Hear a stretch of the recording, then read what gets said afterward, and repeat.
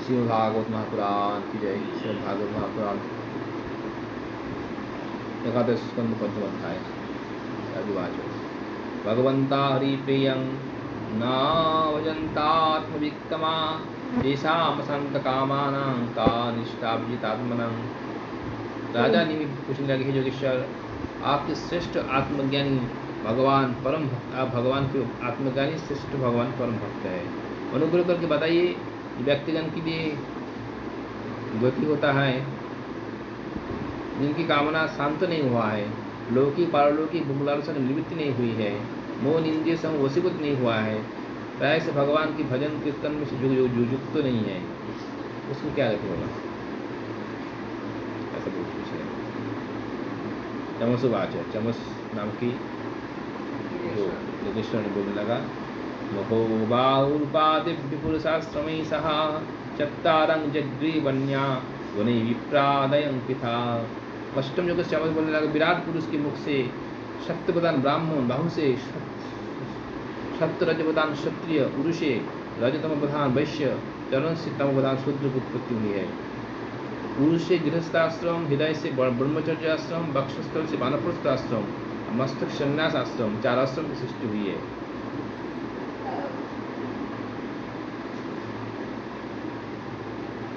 येषा पुरुषं साक्षात् आत्मनं भविष्यं न भजन्ता भजन्ति स्थानाभ्रष्टांगतं तथा दूरे हरिकथा केचित् दूरे चर्चितकीर्तनः स्त्रियं शूद्रश्चैवं तेऽनुकम्पा भवद्भ्यां विप्रं राजन् वैश्यं च हरिभक्तं वदान्तिकां श्रोतेनं जन्मनाथानि विहन्तान्मयवादिनः। चतुर्वर्ण धृतराष्ट्र जन्मदाता भगवान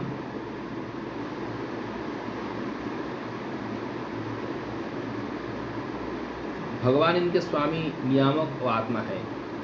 सब वर्ण आश्रम की निवासकारी व्यक्ति भगवान की भजन कीर्तन नहीं करता है, उनके विपरीत अनादर करता है। जो वर्ण में आश्रम में है, जो भगवान भजन ना करके उसको विपरीत आचरण करता है, अनादर करता है, अपने स्थान वर्ण आश्रम मनुष्य जो नीचे पतित हो जाता है।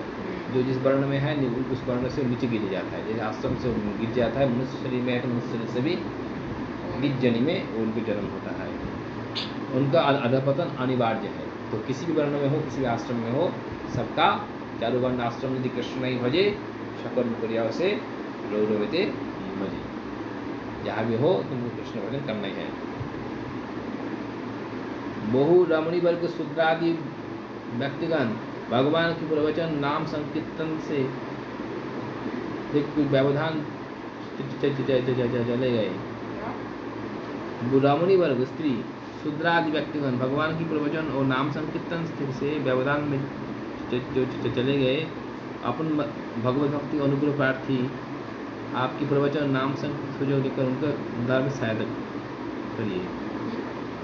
जो रमणी है, स्त्री शूद्र है, उनको भी भगवान की जो भगवत भजन से दूर है उनको भी भजन में संकीर्तन में मौका देना चाहिए, सुजोग देना चाहिए। उनको भी कीर्तन आदि करा करके उसको भी उद्धार का प्रयास करना चाहिए। ब्राह्मण क्षत्रिय वैश्य जन्मसूत्र से वेदाध्याय यज्ञोपवीत संस्कार द्वारा भगवान के चरण में सामीप्य लाभ करती है। इसके अलावा वेद की प्रकृत तात्पर्य अनुधावन न करने के कारण अर्थवाद से मोहित हो जाता है। जो ब्राह्मण क्षत्रिय वैश्य है वो जन्मसूत्र से यज्ञ भी धारण करता है और भगवान के चरण में सामीप्य उनको जन्मसूत्र से प्राप्त होने पर भी जो वेद का जो वास्तविक अर्थ नहीं समझने के कारण वो अर्थवाद से युक्त हो जाता है। वेद का वास्तविक अर्थ ना समझ करके और वेद का अर्थवाद में युक्त हो जाता है। वेद का मूल लक्ष्य को नहीं समझ पाता है। स्पष्ट है नहीं? मैं ये समझता और आज निवि की सभा में नवजगेश्वर के आगमन, नवजगेश्वर के द्वारा निवि महाराज के प्रश्न की उत्तर देना।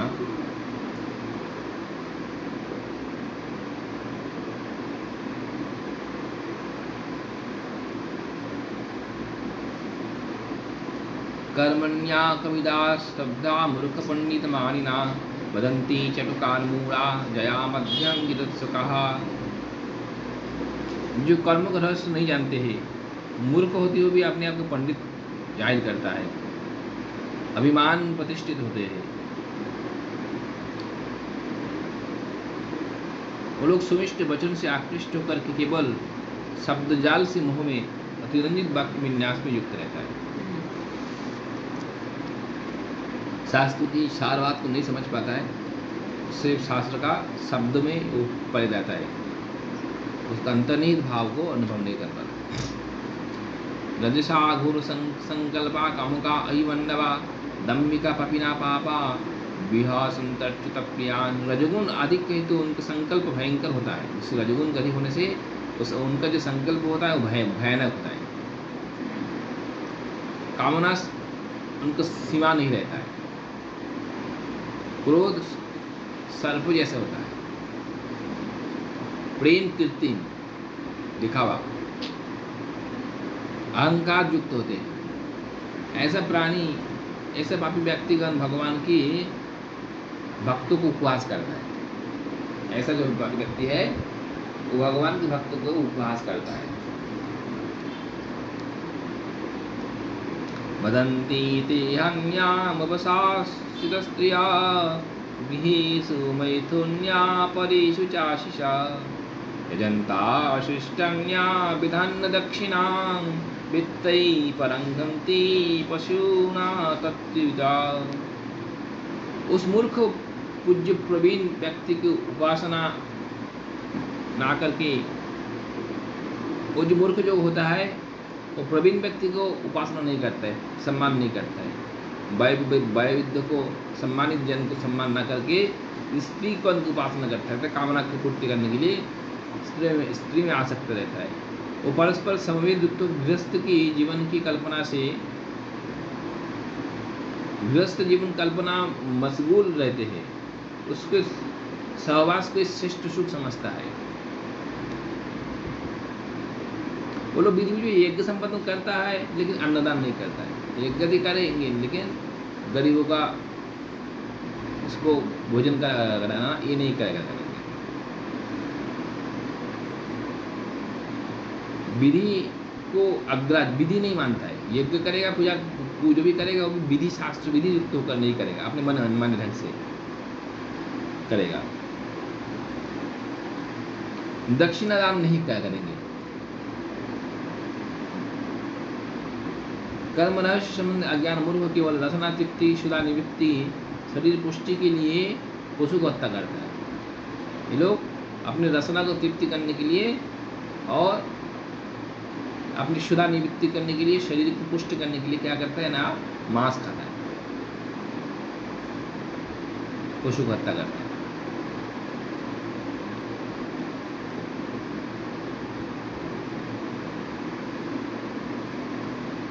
श्रियं विभुत्ता व्योनिन विद्वया तगेन रूपेण बलेन कर्मणा जातास्मै नान्धियं सुरेश सहेश्वरान् सतावमनंदी हरिप्रियांखला। धनवत्ता वैभवशालिता कुलीनता विद्या दान सौंदर्य बल कर्म अस्मिता मद दुष्ट व्यक्तिगण भगवत साधु संत ईश्वर को अपमान में कुंठाबंध नहीं करता है। वो धनवत्ता है, वैभवशालिता है, अपने कुल का मद है, विद्या की मद है, दान सौंदर्य अस्मिता मद मत होकर के जो दुष्ट व्यक्ति होता है वो भगवान के भक्तगण को, साधु संत को और भगवान को भी अपमान करने में, व्यक्ति लोग अभिमान मत होकर के भगवान के भक्तों को, साधु संत को और ईश्वर को भी अपमान करने में कुंठित नहीं होता है। सर्वेषु सस्यात् नृभिदासौ स्थितं यथा खमात्मा नमभीष्टमीश्वरं वेदापगीतं च रसिनति अबुधा रथ मनोरथानां प्रवदन्ति भरतया। वेद में इस सत्य बार बार उद्घोषित हुआ है कि भगवान आकाशवत सारे प्राणियों को नित्य निरंतर सारे प्राणियों में नित्य निरंतर विराजमान है। आत्मा वो आत्माएं है, वो प्रियतम है। मूर्ख वेदवाणी का शिकार ना करके परंतु केवल बर्बर उच्च आशा के उच्च आशा करके वो अपना कालक्षेपण करता है। वेद विधि कर्म का निर्देश मानव की स्वाभाविक आकृष्ट होता है। जगत में दिखाई गई स्वाभाविक प्रवृत्ति जीव का मैथुन मांस क्षुधा आदि में धावित होता है। अतः वेदवाणी कर्म से युक्त विधान दान संभव नहीं होता है। इस परिस्थिति में विवाह यज्ञ श्रोत्रामणि यज्ञ के द्वारा सेवन विधान वेदवाणी परिलक्षित है। तात्पर्य मानव कुल को श्रृंखलता प्रवृत्ति को नियंत्रण करना, मर्यादा के आसन में प्रतिष्ठित करना श्रुति का अभिष्ट उद्देश्य है। ये उद्देश्य दूर करके मानव कुल को उद्धार साधन करना। वेद में ये लोग वेद में कोई भी बलि का वर्णन आता है तो ये बलि के देने का उद्देश्य ये नहीं है जीव को मांस खाने की प्रवृत्ति करना। उनका प्रवृत्ति को संकुचित करने के लिए बलि देने का विधान दिया गया। अर्थात जीव अनियंत्रित रूप से जीव हत्या करेंगे तो उस अनियंत्रित जीव हत्या को रोकने के लिए कम से कम नियंत्रण में आ जाए, अति ना हो। अब कहीं किसी भी पशु को मार देगा, अब मारने जगह पशु कौन पशु को मारना है कौन को नहीं मारना है, इसको सब शास्त्र में निर्धारित किया गया। बलि का यज्ञ कौन सा पशु है, कैसे पशु को बलि दिया जाए।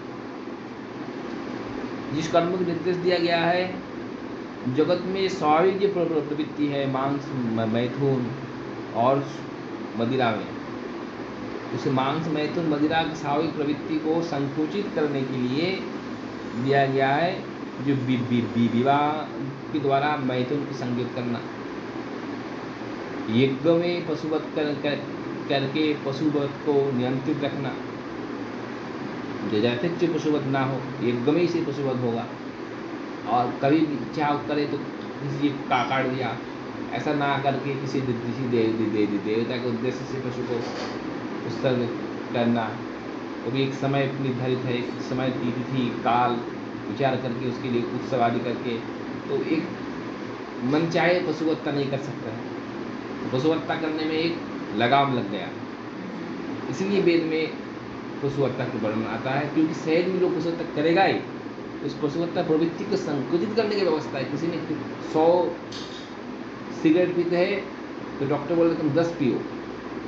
10 सिगरेट पीने का तात्पर्य ऐसे नहीं है उनको सिगरेट पीने के आगे उसका डॉक्टर का निर्देश है। डॉक्टर सिगरेट पीने की प्रवृत्ति को संकुचित करने के लिए बोल रहे 10 पीने के लिए, नहीं तो वो पिएगा ही। 100 पिएगा उसे उसको कम करे, इसलिए 10 पीने की बोल रहे हैं। उद्देश्य तो नहीं पीने का, इसे वेद का उद्देश्य है जीव पशुवत्ता ना करे। ना करने के डायरेक्ट ना करने से पूरी समाज तो नहीं बन सकता है। इस समाज में जो रूढ़ स्वभाव का रजगुण संपन्न जीव है वो करेगा। उसके प्रवृत्ति को संकुचित करने के लिए ये ध्यान दिया गया, ऐसे ढंग से करो जैसे नियंत्रण में रहे, अनियंत्रित पशुवत्ता ना हो और अनियंत्रित मदिरा ना पिए। इसलिए उसी यज्ञ में मदिरा पीने के विधि, इसलिए बोल रहे हैं परिस्थिति में, इस परिस्थिति में विवाह के द्वारा अपने मैथुन प्रवृत्ति को नियंत्रण करें। मैथुन तो जो प्रवृत्ति को व्यभिचार करेंगे, समाज भ्रष्टाचार में फैल जाएगा, इसलिए शादी करो। और पशुवत्ता करना है तो यज्ञ करो, और मदिरा पीना है तो श्रोत्रामणि यज्ञ में मदिरा पीने का विधान है। तो कभी मन में आया तो मदिरा पी लिया, ऐसा मदिरा ना पीएगा तो श्रोत्रामणि यज्ञ करना पड़ेगा मदिरा पीने के लिए। कम से कम कुछ नियम में नियंत्रण में आ जाएगा तो जातिच्य रूप से व्यभिचार दुष्टाचार नहीं होगा, हिंसा नहीं होगा।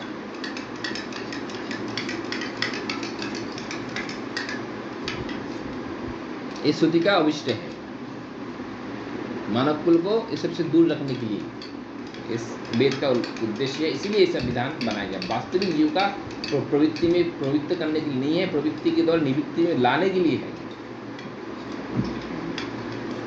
धनम धर्मैक फलं जतो वै ज्ञानं सविज्ञानं मनुप्रशंसति विहेषु युञ्जन्ति कलेवरस्य मृत्युं न पश्यन्ति दुरन्त वीर्यम्। यद्घान भक्ष्यं विहितं सुराया तथा परलोभनं च हिंसा एवं व्यवायापयं रत्वा इमं शुद्ध्यं न विदु सधर्मं। फिर इसके आगे जब बुद्धि और शोधन हो जाता है ना, तब जाकर के अर्थ को यथार्थ प्रयोग धर्म पालन से होता है। जो धन होगा, धन का उपयोग किस में है? तुम्हारे पास बहुत धन है तो उल्टा सीधा व्यभिचार करके और इधर उधर फालतू पैसा नष्ट करने के लिए धन नहीं है। धन है तो धन का धर्मों में प्रयोग करो, अच्छे अच्छे धार्मिक कार्य करो, लोक कल्याण कार्य करो, परहित कार्य करो, भगवत भागवती कार्य करो, जिसके धन का सदुपयोग हो। कि धर्म के द्वारा परम तत्व ज्ञान प्राप्त होगा और उससे निष्ठा की अनुभूति प्राप्त होगा और निष्ठा से शांति की प्राप्ति होगी।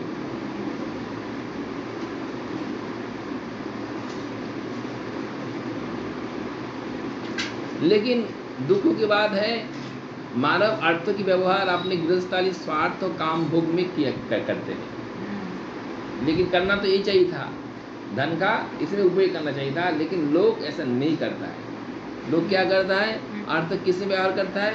ना अपने परिवार के लिए और अपना काम भोग के लिए, अपने स्वार्थ के लिए, इसी में ही वो धन को उपयोग करता है। भूल जाता है कि शरीर मृत्यु का अधीन है। ये भूल जाता है जब अभी मेरा शरीर मृत्यु का अधीन है, हमको मरना होगा, मरने के बाद कहाँ जाएंगे, वो भूल जाता है। उससे बचने का और कोई संभव नहीं है। मृत्यु को सबको ग्रास कर लेगा। तुम्हारे पास कितना भी धनवान हो, तुमको तुम्हारे पास आ रहे हैं और तुमको सब छीन लेगा। जितना तुम्हारी संपत्ति सब छीन लेगा। अब कहाँ जाओगे तुम, पता नहीं है। और इसके आगे बोल रहे जो यज्ञादि में जो इसका प्रयोग करने के जो वर्णन है, ये भी आगे जाकर के जो और बुद्धि शुद्ध हो जाए तो ये यज्ञ में पशु हत्या नहीं क्या करे।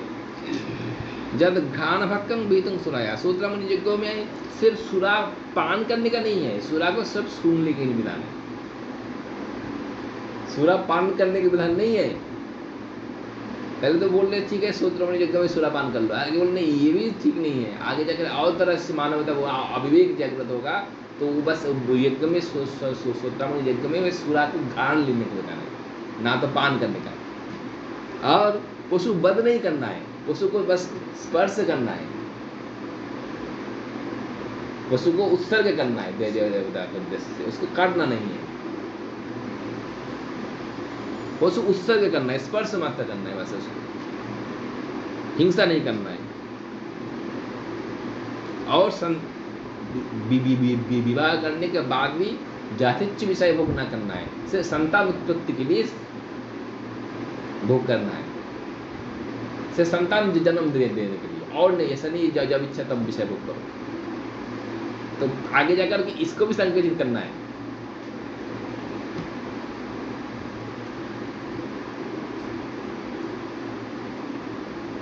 तो सेव साधर्मिक के साथ मैथुन धार्मिक धारावाहिक रक्षा करने की, संतान उत्पन्न करने के लिए विधान दिया गया है, विषय भोग के लिए नहीं दिया गया है। शास्त्र में ऐसा नहीं बोल रहे तुम शादी करने का तात्पर्य ये नहीं है सिर्फ विषय भोग करने के लिए शादी करना है।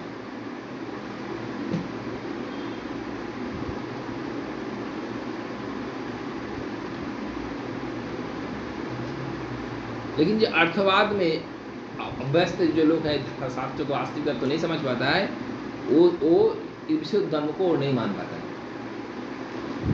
वो सोचता है बस शास्त्र में आज्ञा दे दिया है तो शास्त्र की आज्ञा से वो शिव जी के नाम से भांग पियो, शिव जी के नाम से गांजा पियो, और भगवान देवी जी का नाम से मदिरा पियो, और जाते चो बस मनसा देवी का पूजा है, काली जी का पूजा है, बस काटते जाओ को। शास्त्र को वास्तविक उद्देश्य को ना समझ पाके वो उल्टा काम करता रहता है। तो वास्तविक उद्देश्य नहीं, शास्त्र का उद्देश्य था इसको संकुचित करने के लिए और धीरे धीरे इसको खत्म करने के लिए।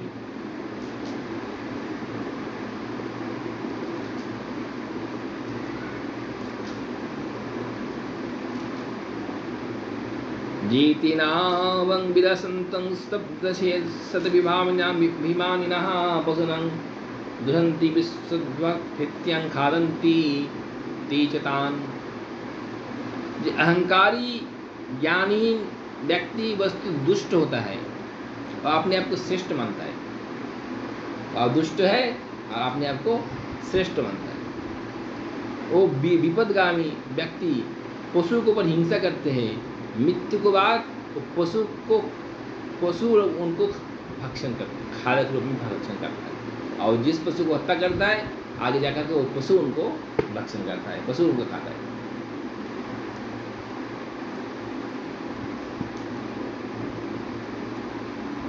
दिशन्तं परकायेषु सत्मानं हरिमिश्रा मृत्यु के सानुबंधस्मिन् बद्धस्नेहा पतन तथा। शरीर नश्वर है, मृत्यु के साथ परिवार परिजन का संबंध समाप्त हो जाता है,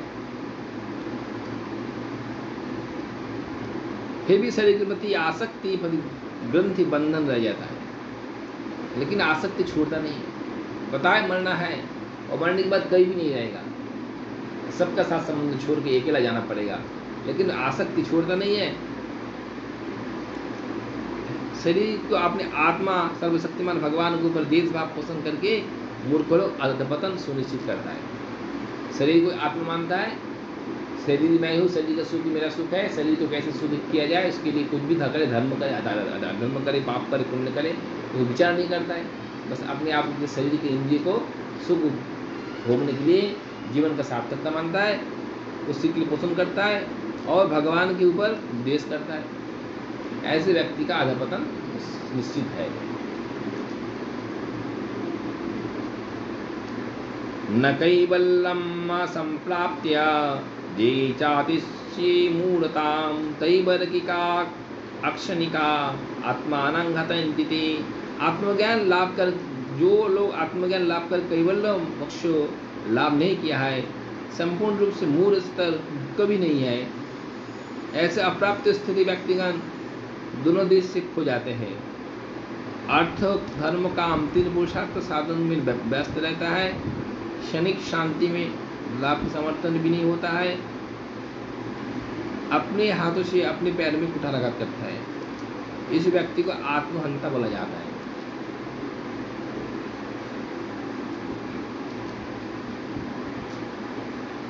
एति आत्मा हरियंतं अज्ञानं ज्ञानमानिना सिद्धांतात्कृत्वा वै कालाधस्त मनोरथा। आत्महंतागण अज्ञान को ज्ञान समझते हैं। आत्महंता है होता है आत्मा अपने आप को खत्म करना, अपने जीवन का भ्रष्ट करना आत्महत्या है। वो क्या करता है ना, अज्ञान को ज्ञान समझता है। अब अज्ञानी है लेकिन अपने आप को ज्ञानी समझते हैं और उनका कभी शांति प्राप्त नहीं होता है, हमेशा अशांत रहता है। इनके कर्म धारावाहिकता से कभी शांति नहीं होती। इसलिए वो जो कर्म करता है वो बस कर्म के प्रभाव से कर्म बढ़ता रहता है, शांति नहीं होता है। काल जो भी भगवान इनकी मन वासना पूर्ण होने बाधा देते हैं। काल समय उनको कभी मन की इच्छा पूर्ण करने नहीं देता है। अतः इनकी हृदय में प्रज्वल विषाद कभी समाप्त होता ही नहीं है, विषन्नता हमेशा बनी रहता है। हित्वा तया सरोचिता गृहापत्वा सहिष्या तमो विशंता निश्चंत वासुदेवा परान्मुख। राजन, जो व्यक्ति अंतर्जन्मी भगवान श्री कृष्ण के विमुख है, अत्यंत परिश्रम करके गृहपुत्र मित्र धन संपत्ति का आरोहण करता है और अंतिम में सब छोड़ करके इच्छा न होने पर भी उनको नरक में जाना पड़ता है। भगवान के भजन कीर्तन से जो विरत व्यक्तिगण का अवस्था ऐसे होता है। भगवान से जो विमुख हो है, स्त्री पुत्र धन में जो चित्त आसक्त रहता है, उसी को आरोहण करने के लिए प्रयास करता है। वो चाहे नहीं चाहे फिर भी उनको शरीर छोड़ के नरक में जाना पड़ेगा। और जो भगवान के भजन कीर्तन में विरत व्यक्ति का अवस्था ऐसे होता है। राजुवाच कस्मिन् काले भगवान किं वर्णा किदसंनिभि नम्ना वाक्येन विधिनं पूज्यते तदितुच्यताम्। नहीं महाराज बोल रहे, भाई जोगेश्वरगण, आप अनुग्रह करके बताइए भगवान कब किस रंग आकृति धारण की हुई है, मनुष्य कौन नाम से कौन विधि से उनको इस समय उपासना करें। एक एक समय भगवान अलग अलग अवतार लिया है, अलग अलग युग में। उस युग में उनकी अलग अलग उपासना पद्धति है। तो उसी बारे में मिनी महाराज कुछ पूछ रहे। कर्भाजन ऋषि बोल रहे आप। कितं तीता दापरंचा कलीर्तेषु केशवा नानावर्णाभितकारं नानावर्णावधिकारो नानैवं विधिनो उच्यते। हे राजन, चतुर्युग सत्य दापर कली युग में भगवान के रंग, नाम, आकृति के परिवर्तन है। तो पूजा अर्चना विधियान भी भिन्न भिन्न है। किते शुक्ले चतुर्बाहु जटिला बलकलंबरः कृष्णजीना विताक्षान बिभ्रत दंडो कमंडलो। सत्य युग में भगवान विग्रह श्वेत वर्ण की है, शुभ्र वर्ण भगवान है, और उनकी 4 भुजा है। मस्तक में जटा शोभित है। बलकल की वस्त्र परिधान की हुई है। बलकल सत्ययुग भगवान। और कृष्ण मृगचर्म धारण की हुई है, और यज्ञोपवीत रुद्राक्ष की माला धारण की हुई है, और दंड कमंडल धारण की हुई है। सत्ययुग भगवान सर्व। कौन सा अवतार है? ये सत्ययुग अवतार, इसका अलग नाम नहीं कुछ। मनुषा सदा संतं निर्वैरा श्रीदातमा हिरण्य तपसा देवं समिन दमिन च। सत्ययुग में प्रशांत विद्वेष भाव रहित हितैषित संपन्न समदर्शी होते सब लोग। सब लोग के सत्वगुण प्रदान रहता है, तो देश भाव नहीं रहता है किसी के मन में। सब एक दूसरे का हित करने वाले होते हैं, समदर्शी होते हैं, सब एक दूसरे समान भाव रखने वाले होते हैं। इंद्रिय मन वशीभूत होता है सबका। ध्यान रूप तपस्या के द्वारा परमात्मा का आराधना करते। चित्त शांत रहता है तो भगवान का ध्यान करते हैं। भगवान की उपासना क्या है ना, ध्यान। सत्ययुग में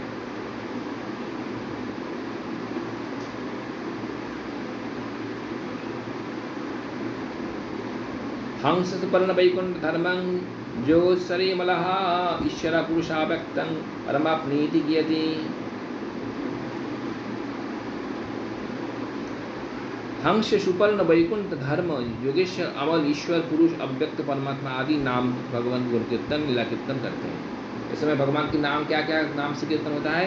हंस, भगवान के नाम होता है हंस, सुपर्ण, वैकुंठ, धर्म, योगेश्वर, अमल, ईश्वर, पुरुष, अव्यक्त और परमात्मा। इस नाम से भगवान का कीर्तन होता है और लीलादि कीर्तन होता है। कृपया रक्तवर्णोऽसौ चतुर्बाहुस्त्रिमेखलः हिरण्याक्षसस्तयत्मा शुकस्रवादविलक्षणः। राजन त्रेतायुग में भगवान अग्निवर्ण होते हैं।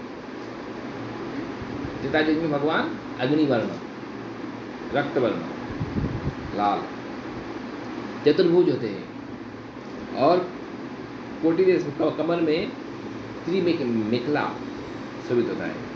हिरण्य केश,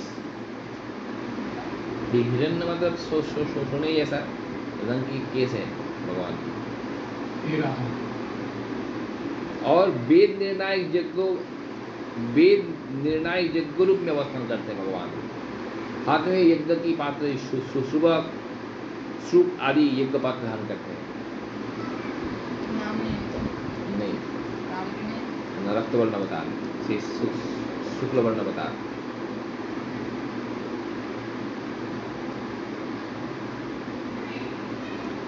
तं तदा मनुजा देवा सर्वदेवमयो हरि वेदन्ति विद्या तरया धनिष्ठा ब्रह्मवादिना। बहुत लोग मानते हैं सत्यजी भगवान नारायण था, त्रेता में राम था, द्वापर में कृष्ण था।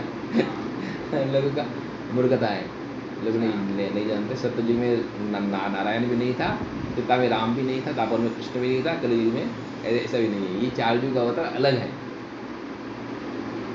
हर एक त्रेता युग में राम जी का अवतार नहीं होता है। राम त्रेता युग अंतिम का अवतार है, त्रेता युग का अवतार नहीं है। जो अवतार होंगे युग के प्रारंभ में आएंगे। भगवान श्री कृष्ण दापर के अंतिम में आया है। दापर जब 125 साल बचा हुआ है तब कृष्ण का अवतार हुआ है। तो दापर जी का अवतार कैसे होंगे? दापर युग का धर्म स्थापन के युग का अंतिम में होगा। युग समाप्त हो रहा है तो युग धर्म स्थापन होगा। अतः ये भगवान श्री कृष्ण भी द्वापर युग के अवतार नहीं है, भगवान श्री राम भी त्रेता युग का अवतार नहीं है, और भगवान नारायण भी सतयुग का अवतार नहीं है। ऐसा मन का अज्ञानता है।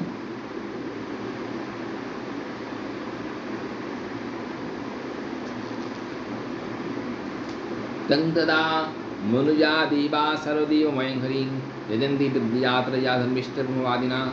इस युग में मानव अपनी परम धर्म निष्ठावान रहते हैं। त्रेता युग के लोग धर्म में निष्ठावान होते हैं, वेद अध्ययन अध्यापन में पारंगत होते हैं त्रेता युग के लोग। ऋग यजुर सामवेद वेदत्रयी के द्वारा दिवाली भगवान हरि का आराधना करते हैं। वेद मार्ग से त्रिवेदक विधि से भगवान हरि का आराधना करता है त्रेता युग में लोग। अब त्रेता युग भगवान की कौन से नाम से पूजन होता है ना? विष्णु यज्ञं कृष्णगर्भं सर्वदेवा उरुक्रमः विशाखोपि जयन्तस्य उरुदाय इत्युच्यते। त्रेता युग में लोग विष्णु यज्ञ कृष्णगर्भ सर्वदेव उरुक्रम विशाखोपि जयंत उरुगाय इस भगवान के नाम गुण कीर्तन विलाद कीर्तन करते हैं। ये नाम भगवान है, राम नहीं है।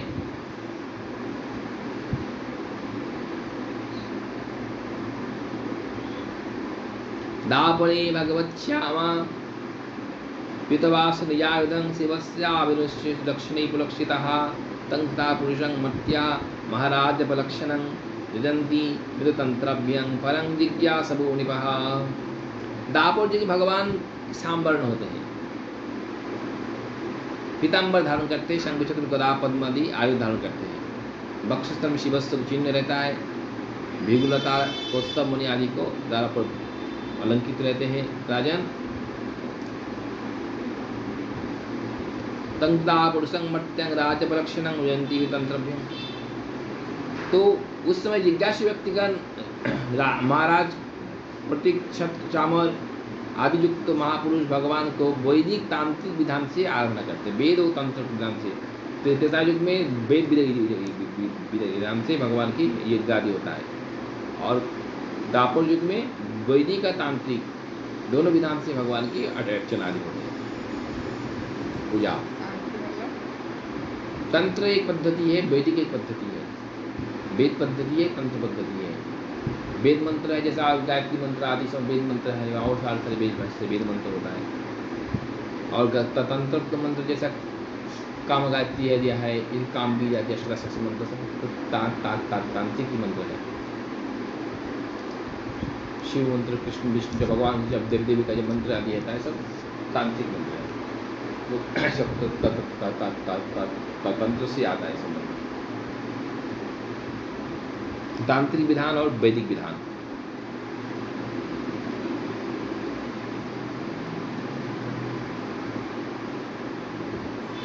नमस्ते वासुदेवाय नमः संकर्षणाय च पद्मनिधाय तुभ्यं भगवती नमः।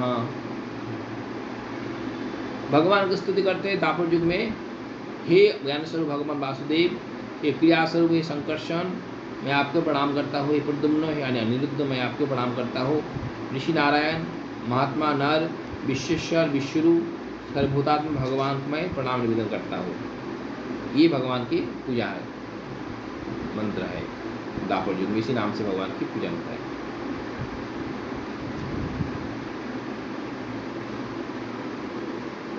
इति दापर उर्विशं स्तबन्त जगदीश्वरः नानानंद विधायिनं कलावोपिताशिनु। दापर युग लोग जगदीश्वर भगवान की स्तुति करते हैं, और कलयुग में तंत्र समूह के विधि विधान पूर्वक भगवान की पूजा कैसे होता है सुनो। कलयुग में तंत्र विधान है, वेद विधान नहीं है। कृष्ण वंदसा कृष्णां संगपंग सभाषितम यज्ञ संकीर्तने प्रयोजन्ति शिवेदसा। कृष्ण वर्ण, यहाँ तो कृष्ण वर्ण का अर्थ काले वर्ण कर दिया। कबीरा गोस्वामी ने स्पष्ट वर्ण के कृष्ण वर्ण, कृष्णा दुर्वर्ण जिसका मुख से वो कृष्ण वर्ण है, अर्थात काले रंग का नहीं है, गौर वर्ण है कृष्ण। लेकिन यहाँ पे वो अर्थ नहीं किया जो गीता प्रेस वाले ने किया है अर्थ। कृष्ण वर्ण में उन्होंने काले रंग कर दिया। नीलकांत मुनि से उनका अंग कांति है।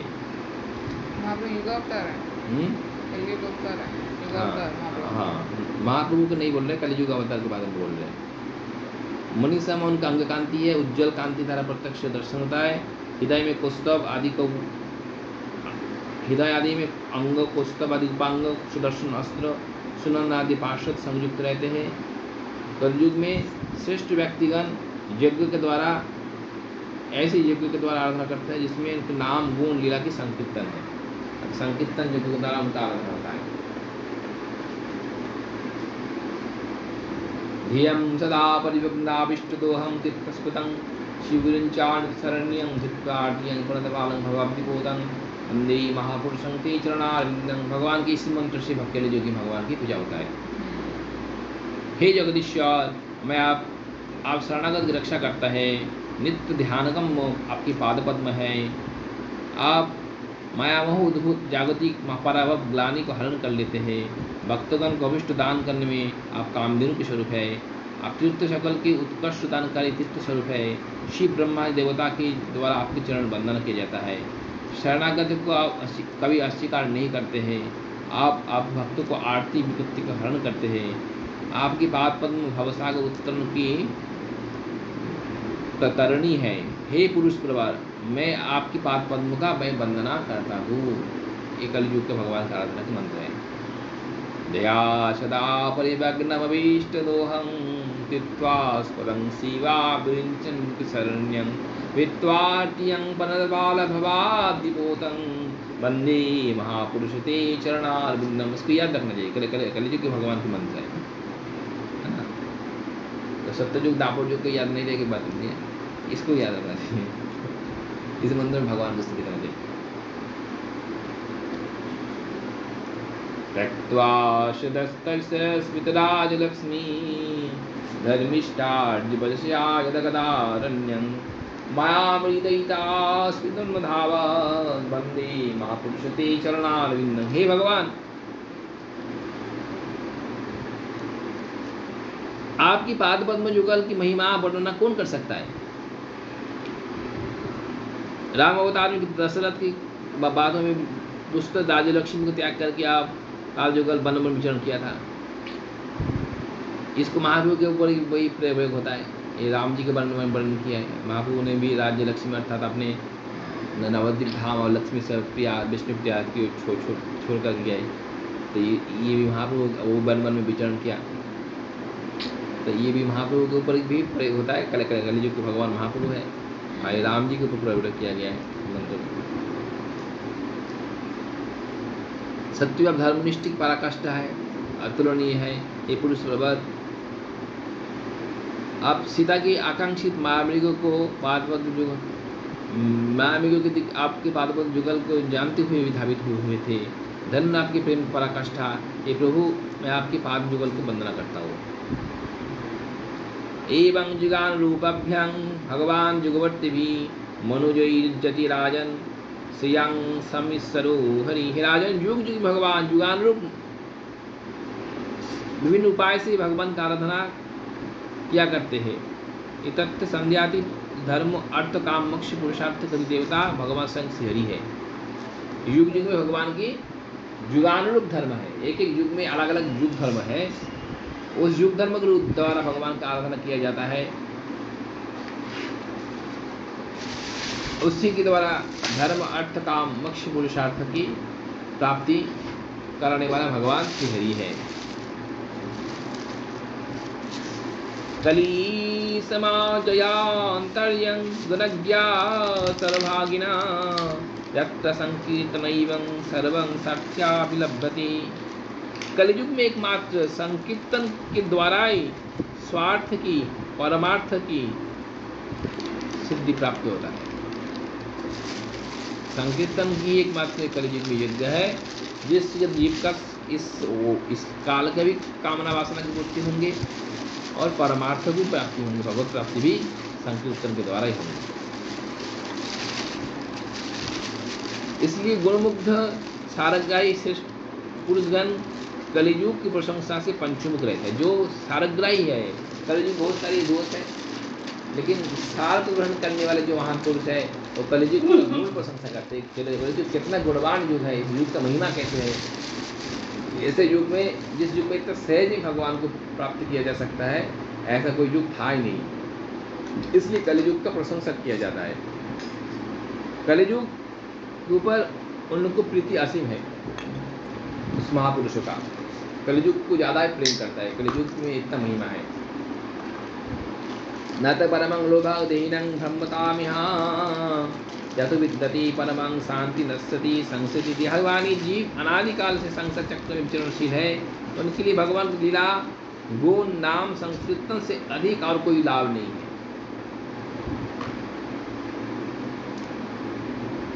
कल इसमें संसार की नित्य गतागति की निवृत्ति होता है। भगवान की नाम रूप गुण लीला की संकीर्तन के द्वारा जीव की संसार में गतागति की निवृत्ति होता है, उसको परम शांति प्राप्ति होता है। कितादिषु राजन कालन कितादिषु प्रजा राजन काला बिच्छन्ति संभवा कलौ खलु भविष्यन्ति नारायण परायण।